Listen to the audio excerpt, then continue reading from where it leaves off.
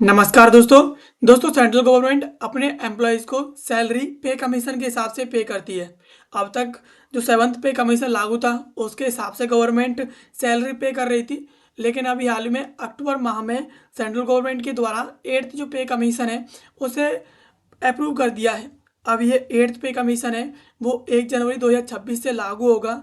तो अब eighth pay commission के हिसाब से आपको कितनी सैलरी मिल सकती है, ये फिटमेंट फैक्टर के ऊपर एक्सपर्ट्स क्या कहते हैं, चलिए इन सब के बारे में विस्तार से समझ लेते हैं।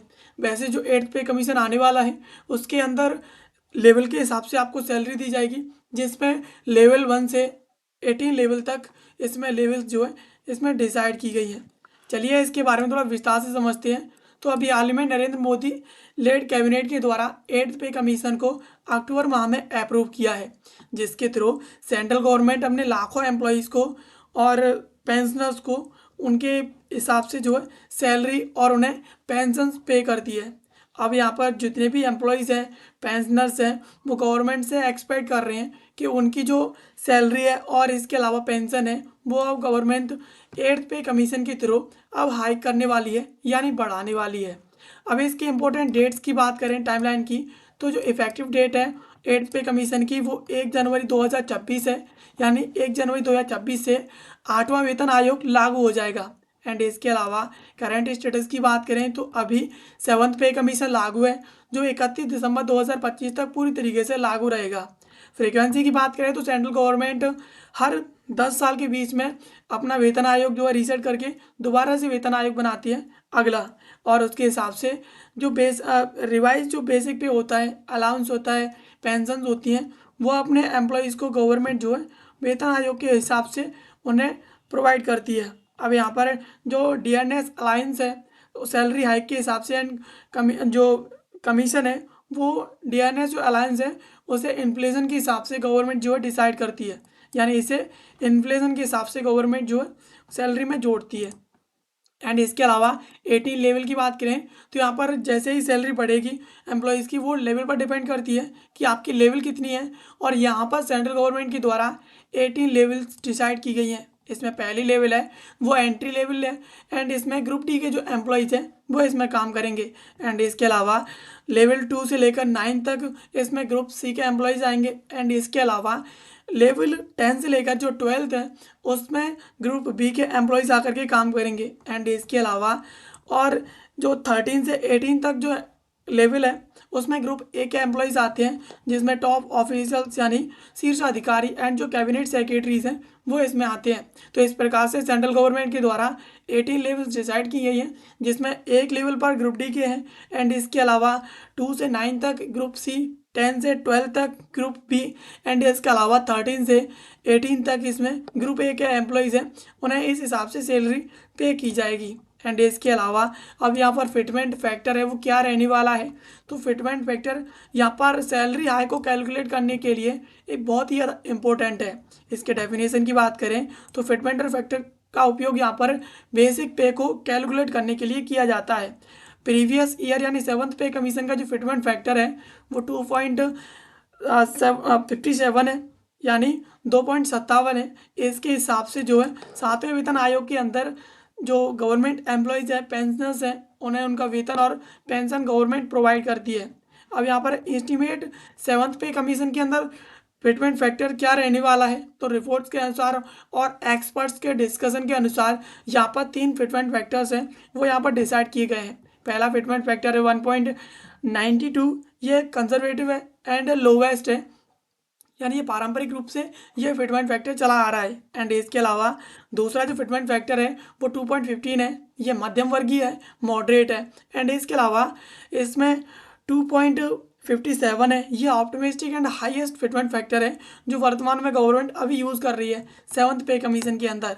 एंड इसके अंदर जो है अगर यही फिटमेंट फैक्टर रहता है तो एम्प्लॉयज़ की सैलरी काफ़ी ज़्यादा इसमें बढ़ जाएगी, यानी एट्थ पे कमीशन उनके लिए उनकी सैलरी को आगे बढ़ाने के लिए एक सुनहरा जो है भविष्य लेकर आएगा।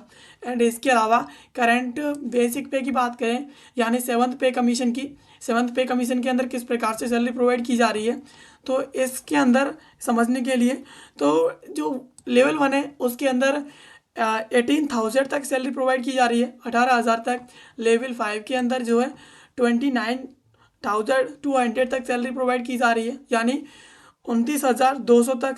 एंड इसके अलावा लेवल 10 के अंदर 56,100 56,100 तक इसमें सैलरी प्रोवाइड की जा रही है। एंड इसके अलावा लेवल 15 के अंदर 1,82,200 इस प्रकार से, यानी 1,82,200 इतनी सैलरी प्रोवाइड की जा रही है।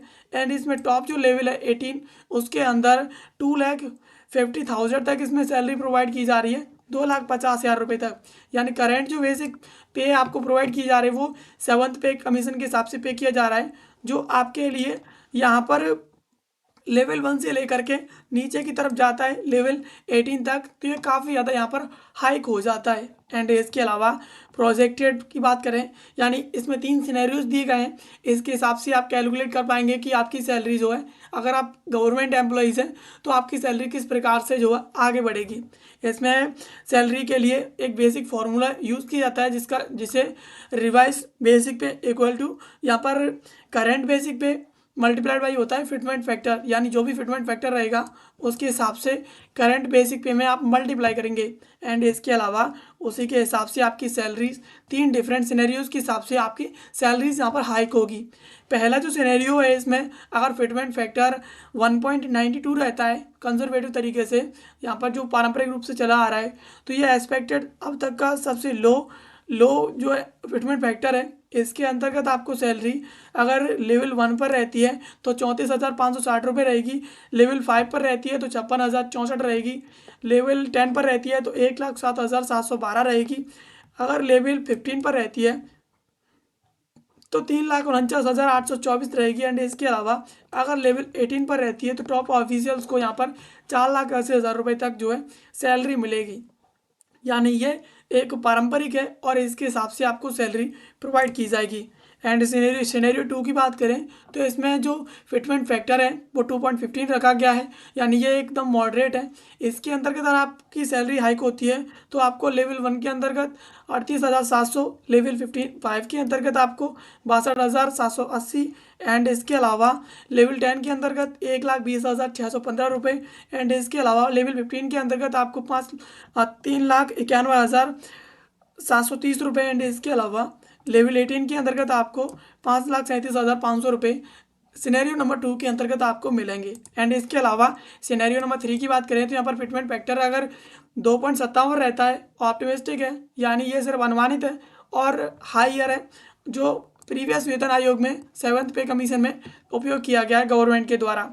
एंड इसमें जो लेवल है, लेवल 1 के अंतर्गत अगर आपको सैलरी मिलती है तो 46,260 रुपये मिलेगी। एंड इसके अलावा लेवल 5 के अंतर्गत आपको 75,044, लेवल 10 के अंतर्गत आपको 1,44,177 रुपये, एंड इसके अलावा लेवल 15 के अंतर्गत आपको 4,68,254 रुपीज़, एंड इसके अलावा लेवल 18 के अंतर्गत आपको 6,42,500 रुपये तक आपको सैलरी मिलेगी।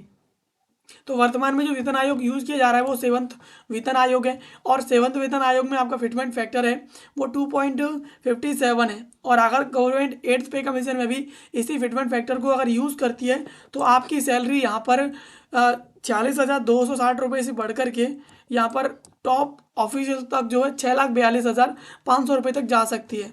तो इस प्रकार से, एंड अदर जो सिनेरियोज जिस प्रकार से बताए गए हैं, अगर उस सिनेरियोज के हिसाब से यहाँ पर अगर ये चलता है तो इस प्रकार से आपकी सैलरी जो है कम भी हो सकती है, ये एक्सपेक्टेड है। अभी तक पूरी तरीके से डिसाइड नहीं किया गया है कि आपकी सैलरी किस प्रकार से रहेगी। ये एक अनुमानित फिटमेंट फैक्टर्स हैं जो एक्सपर्ट्स यहाँ पर अनुमान लगा रहे हैं कि आपकी सैलरी कितनी जो है हो सकती है। तो दोस्तों ये थी खबर जिसको आज के इस वीडियो में हमने समझा। एंड ऐसे वीडियोस के लिए आप हमारे चैनल को सब्सक्राइब कर लीजिए। मिलते हैं किसी अगले वीडियो में किसी नए और महत्वपूर्ण टॉपिक के साथ। तब तक के लिए आप सभी का बहुत बहुत धन्यवाद।